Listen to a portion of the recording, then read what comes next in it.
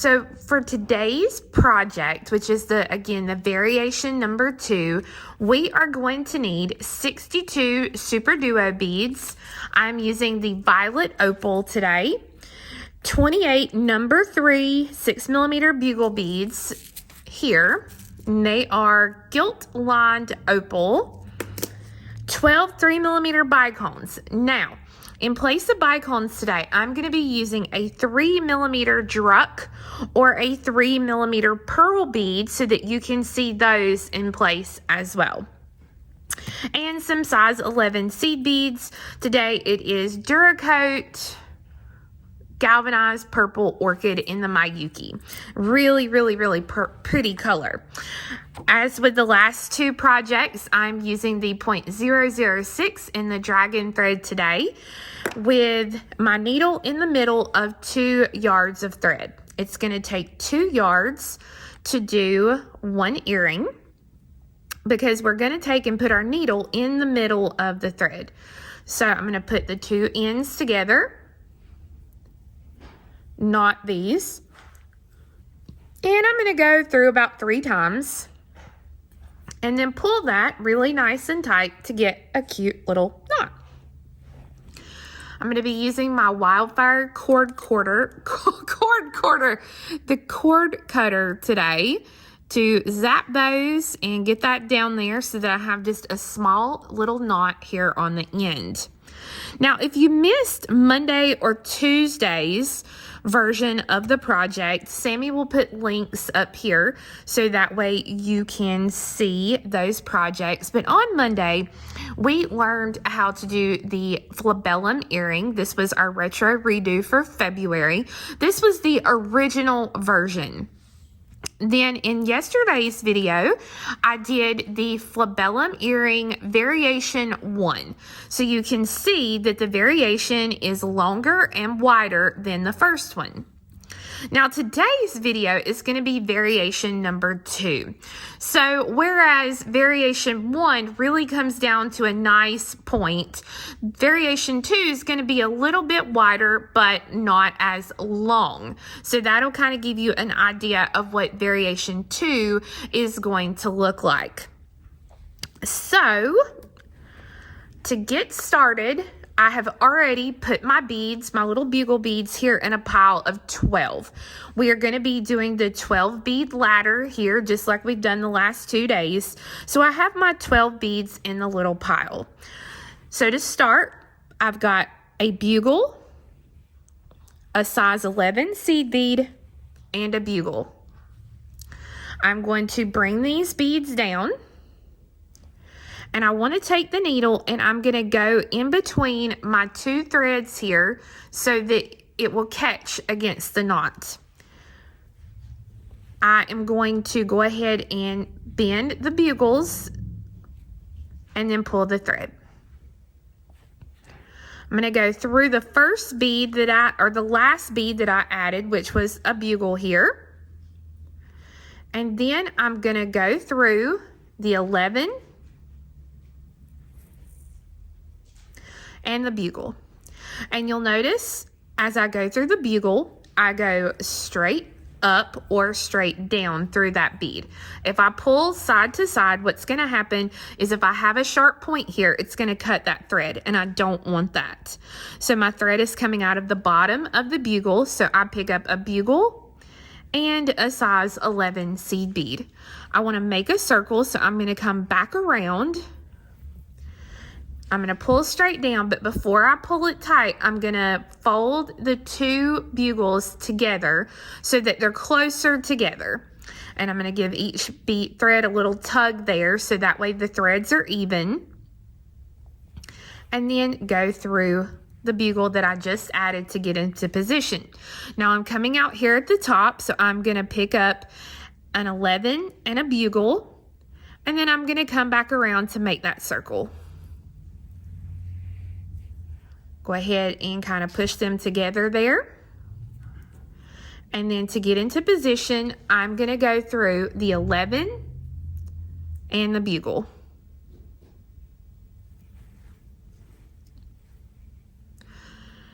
I'm at the bottom, so I'll pick up a bugle first, and then a size 11 seed bead, and I'm going to come around to make a circle.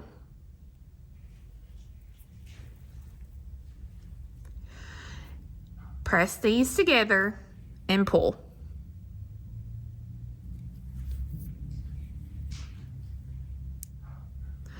Coming out at the top, so I'll pick up an 11 and a bugle. I'm going to come back around to make the circle. Push my bugles together.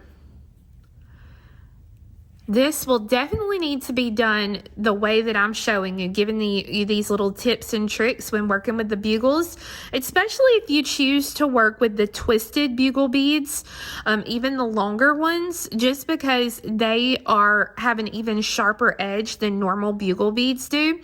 So you really have to watch those.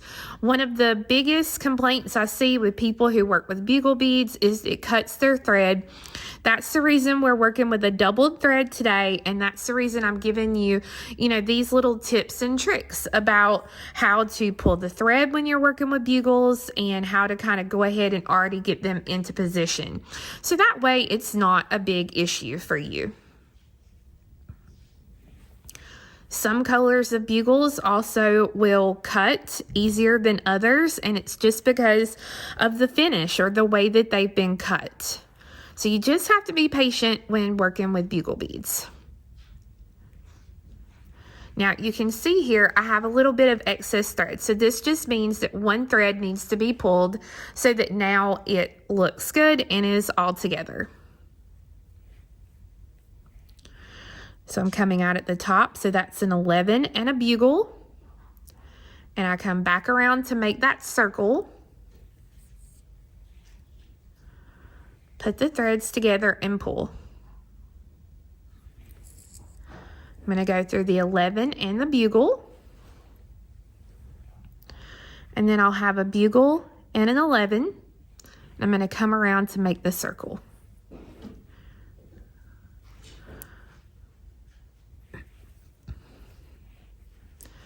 Coming out at the top, so that's an 11 and a bugle. And then I'm going to come up through, push them together so that it looks like this. Now I'm going to go ahead and I'm going to go through the 11 and the bugle that I just added. So you'll notice that I have a half C shape or a half moon shape or a fan shape, whatever you want to call it.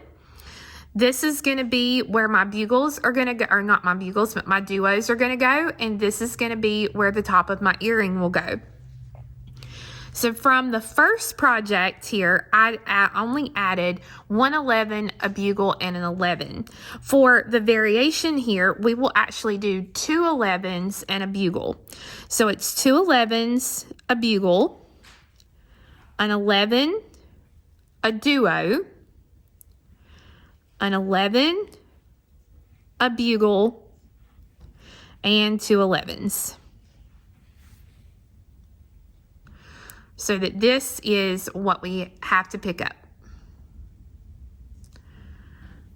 Now I'll come down and I will come across, I'm coming out of this bugle here, so I'm going to come across to this bugle and go through this bugle.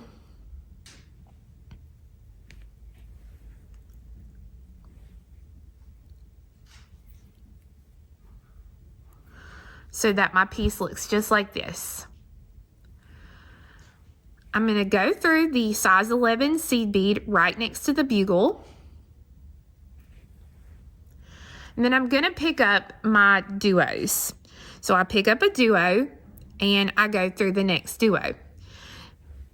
Perfect. All right. So the first one did what I was just fixing to tell you. Sometimes when you pull the thread through, if you pull it through too quickly, your bugle will actually go in between your two threads.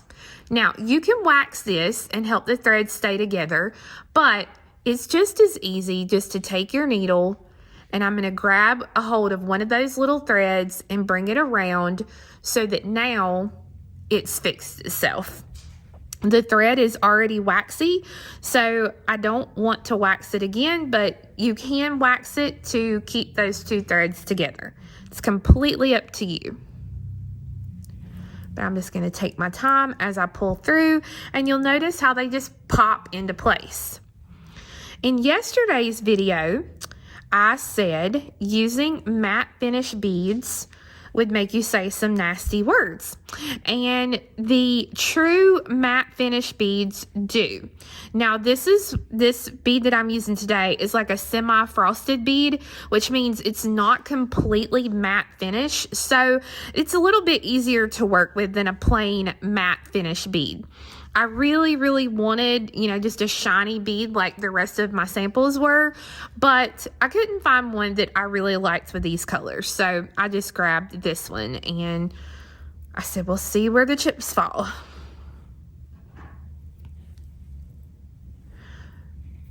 So we just work all the way across, popping in a delica. A delica, oh my goodness, a superduo. I'm sorry, you guys. So now you'll notice I've gone all the way across, and what I need to do is I need to come through the last bugle here on the end, and then I'm going to go up through the 2 seed beads, the bugle, the seed, and the superduo here at the top. I need to do a step up so I can come out of the top hole there of that duo. So right now my thread is coming out to the right. So what I'm going to do is I'm going to take my needle and I'm going to come up through that top hole. It's coming out to the left. Lord help me today. So I'm going to take my needle and I'm going to go from left to right through this top hole so that now I am there at the top. I did this sample a little bit differently because I know some people like to use the wire protectors. Some people call them horseshoes, wire guardians, whatever you want to call them.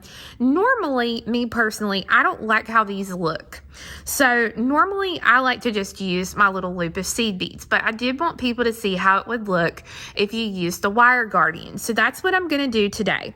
If you want to know how to do this and you don't know, the pattern is for sale on my website, or you can refer back to the last 2 days worth of videos as I've done this exact topper. So to add the little wire guardian, wire protector, whatever you want to call it, I'm going to thread on 111. And if you've never heard of a wire protector or a wire guardian, you'll see here that it kind of has an open channel here along the top. And then on the sides, it actually has 2 little holes here. So what we want to do is we want to go through one of those little tubes or holes in that wire guardian. And then I'm going to take the needle and I'm going to go down through the other wire guardian. And what this is going to do, this is going to make my thread go in that little channel that we've got there. I'm going to pick up 1 size 11 seed bead and I'm going to come back through that top hole so that now that wire guardian, wire protector is centered over the top. I'm going to go ahead and I'm going to reinforce this again. I only reinforce it 1 time because at this point it's almost like you've reinforced it 4 times because you will have 4 threads since we're working with a doubled thread here in the top. If you want to go through it again, you can, but you don't have to. So now I'm going to come to the bottom hole. I'm coming out to the right here at the top. So I'm going to go through that bead from right to left through that bottom hole so that it will get me where I need to be. I'm going to then continue on through the 11, the bugle, the 2 11s, and then the bugle. So you'll notice this is a lot like yesterday's variation, except for what's going to happen in our rows down here. We're going to change up our rows a little bit.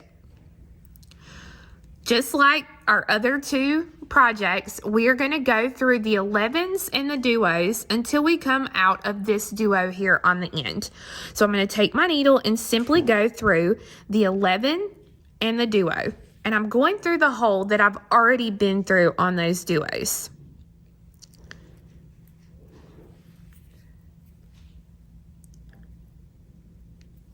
Take your time. Don't let your thread get caught. See, like this one is trying to curve around the bead. So I want to just make sure that the thread does not get caught.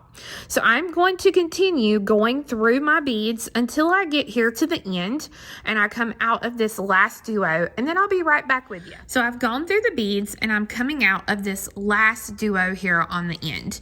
So I've got to turn around to work the other way. So I'm going to take the needle and I'm going to go through the bottom hole of that duo going in the opposite direction.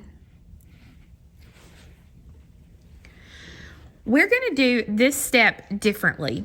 So if you will look at yesterday's variation 1 and then the original Flabellum earring, you'll see that the first row, or after the first row, I should say, when we do the second row, it starts and ends with the bicones here. We are actually not going to do that. We are going to put in a duo all the way across. So we're going to do an extra row of duos. So I'm going to pick up a duo and go through the open hole of the next duo. And I'm going to do this all the way across.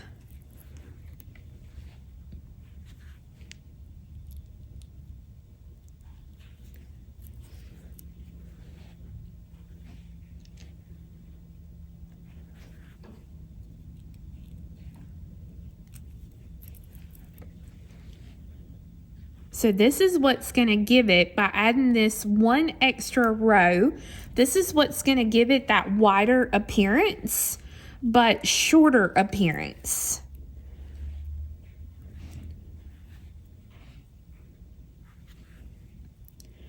And just like with yesterday's variation, if you pull the thread too tightly, your piece is going to start to cup up.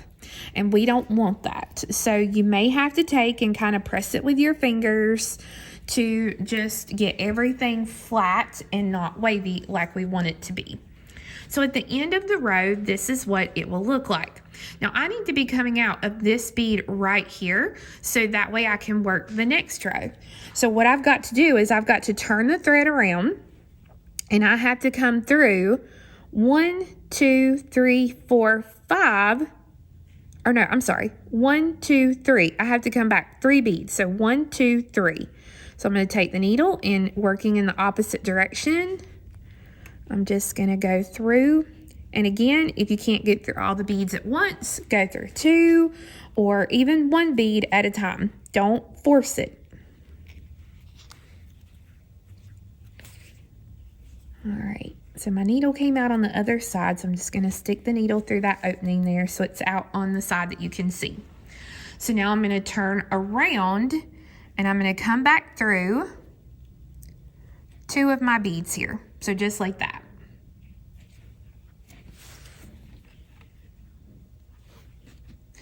And then I'll go through the duo that I'm coming out of, so that now I am working in the opposite direction so that I can work this next row. So if we lay it out here, you'll see that we have the first row and the second row complete. Now the third row here is going to be a normal row, except for at the beginning and the end, we're going to pop in a little 3mm. Now in all the other samples, I've used little bicones, but like I said, in this one, I want to use a little pearl or a little druck, just so you can see the difference in what the finished product will look like. So I'm going to pop in that 3mm.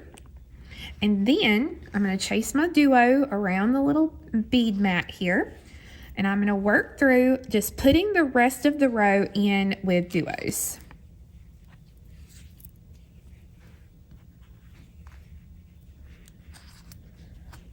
Now I've actually put on my little finger protector here. I'll have Sammy put a link in the description for this. I ordered this from a wonderful lady off Etsy, and it has been a lifesaver on my poor finger. So at the very end, just like I started, I will put on one of my little 3mm. So that way It starts and ends like it should. So we need to get into position. We need to be coming out of this bead here. So I'm going to turn around and I'm going to go through 1, 2, 3, 4, 5 beads. So if I just kind of hold this straight across, you'll see the beads there that I'm going to be going through. And so I'm just going to come across, and again, you don't want to pull them super tight because again, you want to get through them. That's 1, 2, 3, 4. And then I'm going to go through one more. So that's 5 beads here that I've gone through. 5 of my duos. And now I'm going to go back in the other direction to go through this hole and this hole of the duos. So 1 and 2.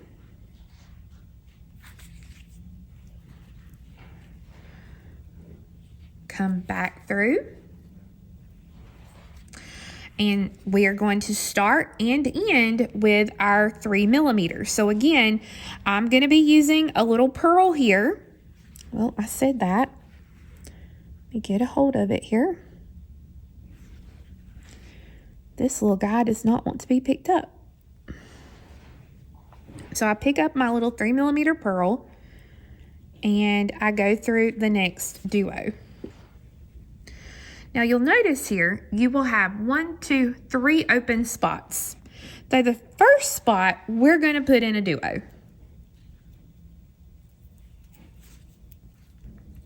The next spot, we are going to put in 2 duos.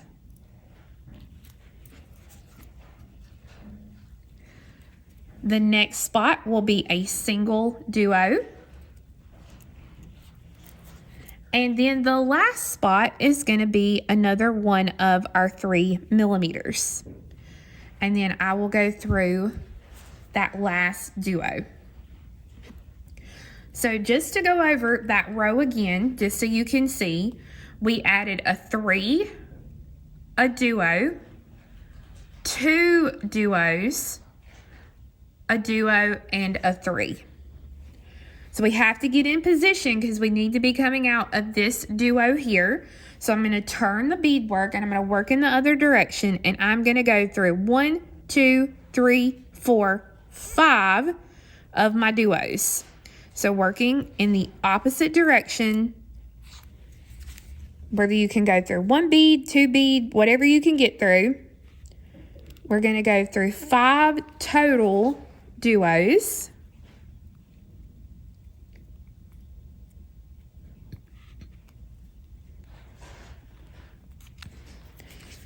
So that when I pull it, I'm coming out of this duo here.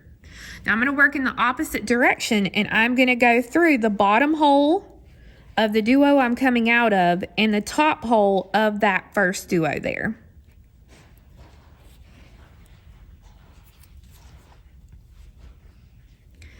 And then work back in the opposite direction, just like that. So I'm going to pick up a 3 millimeter and go through the first duo of the 2 that I have here. And now, if you're using a bicone, you won't have to pop it in as much. But if you're using a round bead, you're really going to kind of have to pop that bead into place. Now I pick up a duo and go through a duo. And finally, for the last bead that I have to put in place, I'm going to put in one of my little pearls or drop beads and go through the final duo. This is why you can't really use a fire polish bead, because it's a little bit wider, and so they don't work as well as a druck, a round, or a bicone. So at this point, you are done with the beadwork itself, and you can now start to go in and tie this off. If you were using shiny beads, this is a lot easier than what I said here with the matte finish beads. But, you know, some of us like to learn lessons the hard way in life. That's what I tell my little boy. Some of us are a little bit harder at learning lessons, so we got to work at it a little bit more. And I'm going to come all the way across just so that I can kind of pull everything nice and tight.